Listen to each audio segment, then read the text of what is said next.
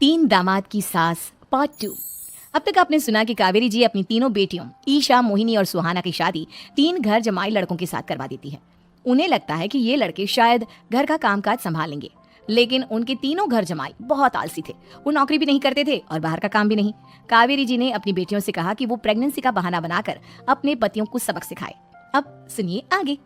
Mummy, आपने जैसा कहा था हमने वैसा ही किया, लेकिन देखिए ना, विवेक का हाल तो वैसा का वैसा ही है। घर में ना सुबह का नाश्ता बनता है और ना खाना। नौकरी पर जाने की बात करूं तो खाने को दौड़ते हैं मुझे।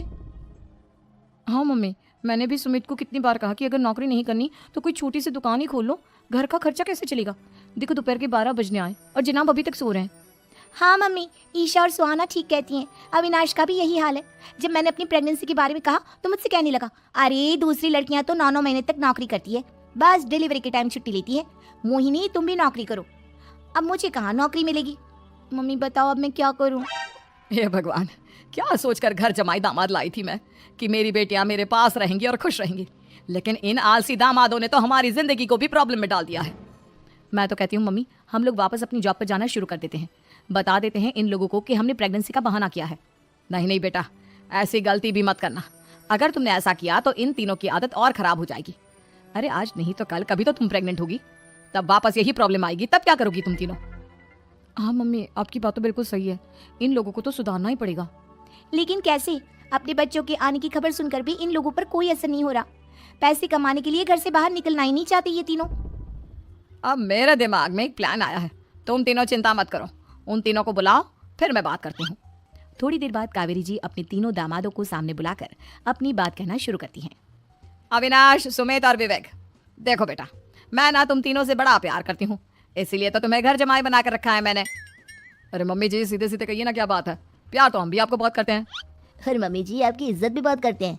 अरे भैया, आपके जैसी सास और कमाने वाली बीवी सबको मिलती है क्या? हाँ मम्मी, विवेक और सुमित ठीक कह रहे हैं। आपकी बेटी से शादी करके मेरी तो जिंदगी ही अच्छी हो गई है। जानती हूँ मैं, और ये भी जानती हूँ कि तुम तीनों अपनी अपनी बीवियों से बहुत प्यार करते हो।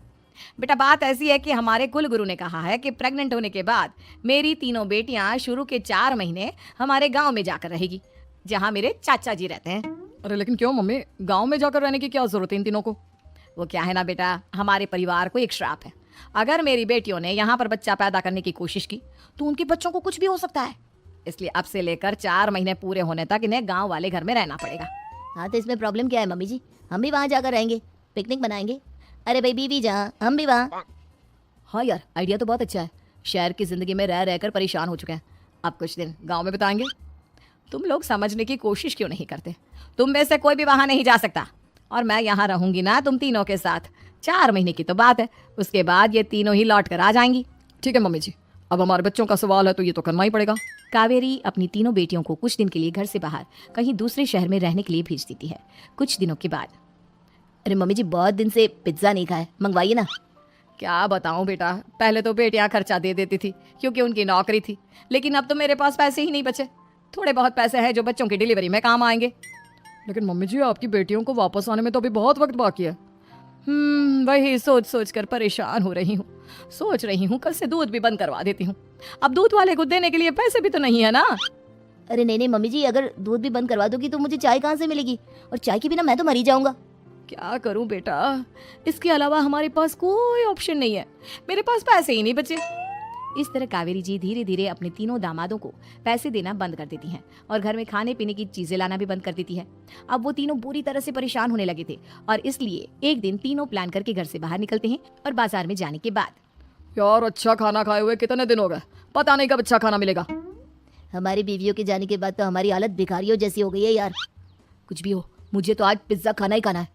जेब में 1 रुपया नहीं और पिज्जा खाएगा, कहाँ से आएंगे पैसे? अरे देख, वहाँ सामने बोर्ड पर क्या लिखा हुआ है, कंप्यूटर पर काम करने के लिए एक आदमी की आवश्यकता है। भाई मैं तो जा रहा हूँ, काम करूंगा और शाम तक पैसे लाकर आराम से पिज्जा खाऊंगा।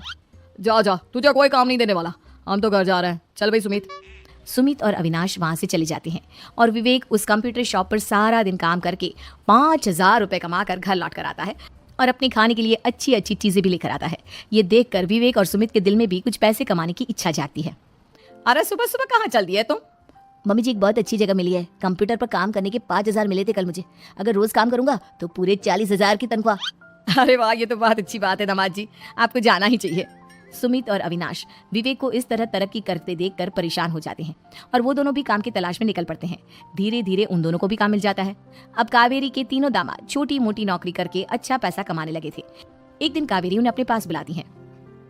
अरे वाह, विवेक 40,000 कमा लेता है, अविनाश 60,000 और सुमित तुम भी 40,000 के आसपास कमा ही लेते हो। कुल मिलाकर तुम अच्छे खासे पैसे कमा रहे हो बेटा। हाँ मम्मी जी, बहुत मजा आता है जब महीने के एंड में मोटी रकम हाथ में आती है। पूछिए मत मम्मी जी, घर में रहकर रोटी बना बना कर और तो जैसा महसूस होने लगा था मुझे तो। हाँ बेटा, तुम तीनों की बात तो बिल्कुल ठीक है। और जानते हो, अब तुम तीनों की पत्नियां भी वापस लौट कर आने वाली है। लेकिन मम्मी जी, अभी तो उन्हें गए सिर्फ 2 महीने हुए हैं। आपने तो कहा था वो 4 महीने के बाद लौट कर आएंगी।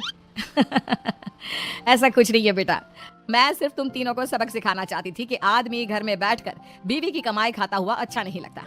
इस दुनिया में हर इंसान को मेहनत करनी चाहिए, काम करना चाहिए, चाहे वो औरत हो या आदमी, ताकि अपने परिवार को संभाल सके।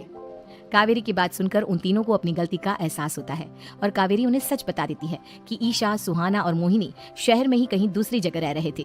शाम के वक्त उन तीनों की पत्नियां लौट कर आ जाती है और कावेरी जी का परिवार एक खुशहाल परिवार की तरह रहने लगता है।